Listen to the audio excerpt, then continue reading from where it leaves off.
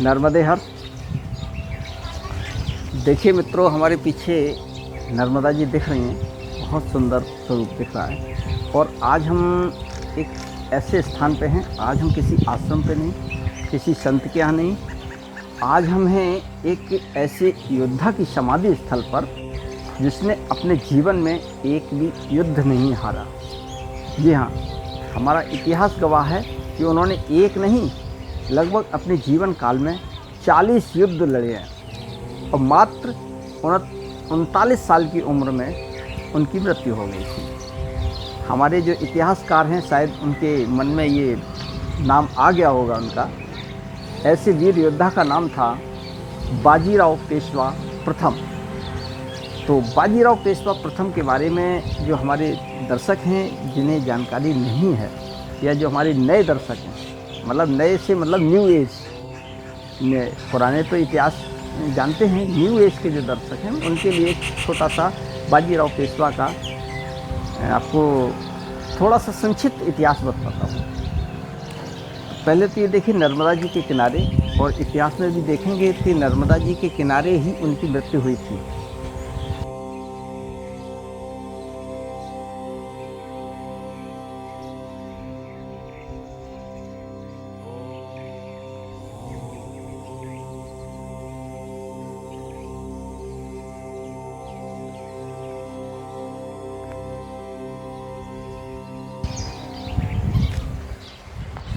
बताते हैं उनके बारे में कि एक ऐसे सेनापति थे कि जिनकी रफ्तार से दुश्मन कांप उठते थे और जिनका नाम सुनते ही लोगों की रूह कांप जाती थी। यह कहानी बाजीराव पेशवा प्रथम की है, और भी बाजीराव पेशवा हुए हैं, ये प्रथम की है। 18 अगस्त 1700 ईस्वी इनका जन्म हुआ था एक साधारण परिवार में।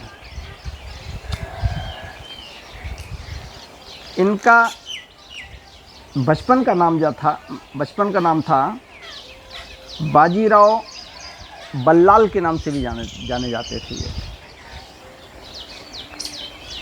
इन्हें बचपन से ही घुड़सवारी का, तीर तलवार चलाने का बेहद शौक था,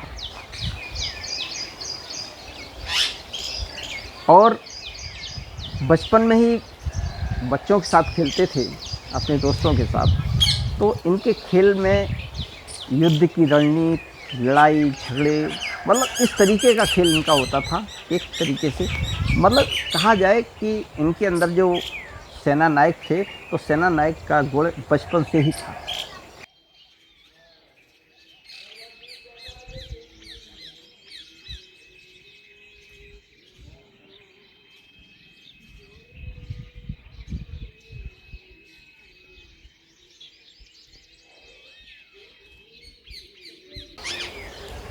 कहते हैं बाजीराव प्रथम बचपन से ही बहुत तेज और निडर थे।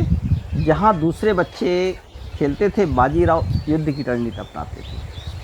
सिर्फ 20 साल की उम्र में उन्हें मराठा साम्राज्य का पेशवा बना दिया गया, मात्र 20 साल की उम्र में। इतनी कम उम्र में और इतनी बड़ी जिम्मेदारी, लेकिन बाजीराव ने साबित कर दिया कि उम्र कोई मायने नहीं रखती। उनकी सेना इतनी तेज चलती थी कि दुश्मन को संभलने का मौका ही नहीं मिलता था।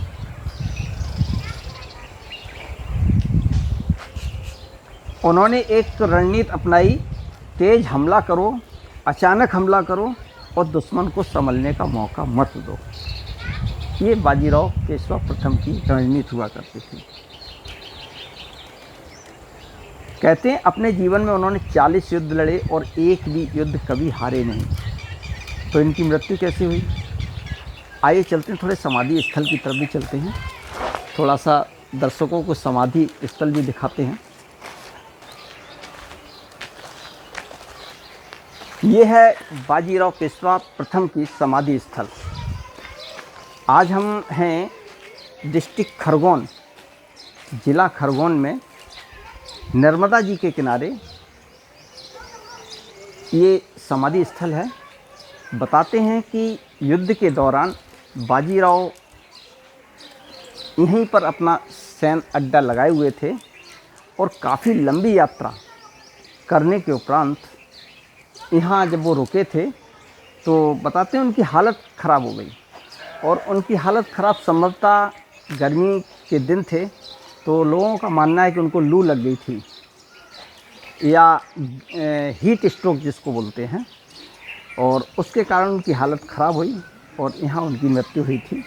तो ये आइए थोड़ा सा इधर दिखाते हैं बाजीराव प्रथम की समाधि स्थल।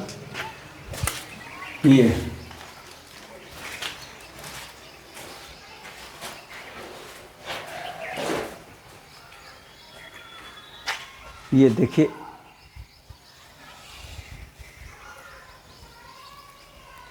ये है संभवतः उनकी समाधि स्थल।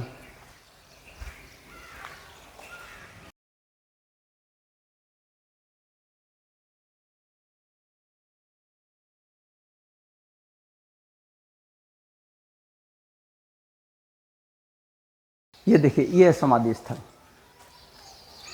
इसको थोड़ा पास से दिखा दें। ये समाधि स्थल है बाजीराव पेशवा प्रथम की।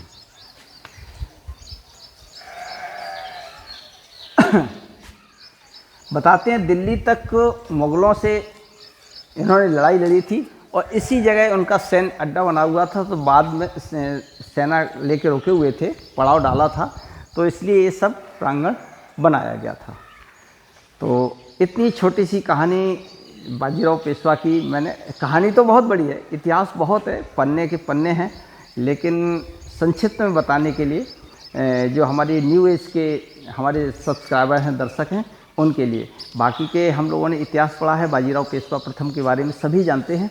तो देखते रहे यूट्यूब चैनल एहसास प्रकृति का। हमारे चैनल पर आपको साधु संतों के, प्रकृति के, नदी पहाड़ों के और हिस्टोरिकल पैलेस के भी वीडियो मिलते रहते हैं। नर्मदे हर।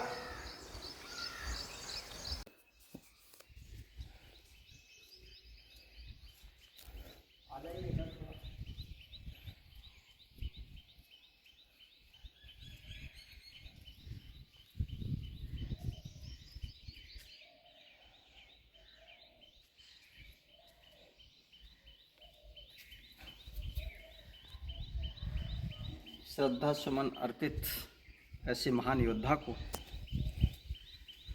नर्मदे हर।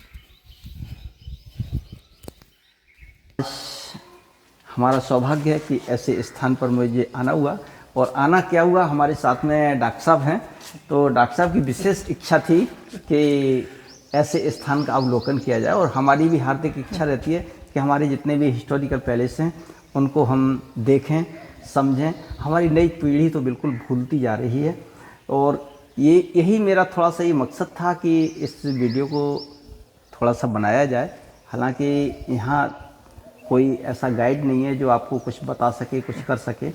ये थोड़ी बहुत जानकारी जो थी वो हमने आपके साथ साझा की है। और अगर वीडियो आपको पसंद आया हो तो प्लीज़ लाइक करें, अच्छा, शेयर करें और चैनल को। हाँ, एक मिनट और। हाँ डॉक्टर साहब कुछ कहना चाह रहे हैं। मैं यहाँ पर ऐसे जा रहे थे हम और सर, तो मैं लोक सेवा आयोग का स्टूडेंट भी रहा। मैंने 18 साल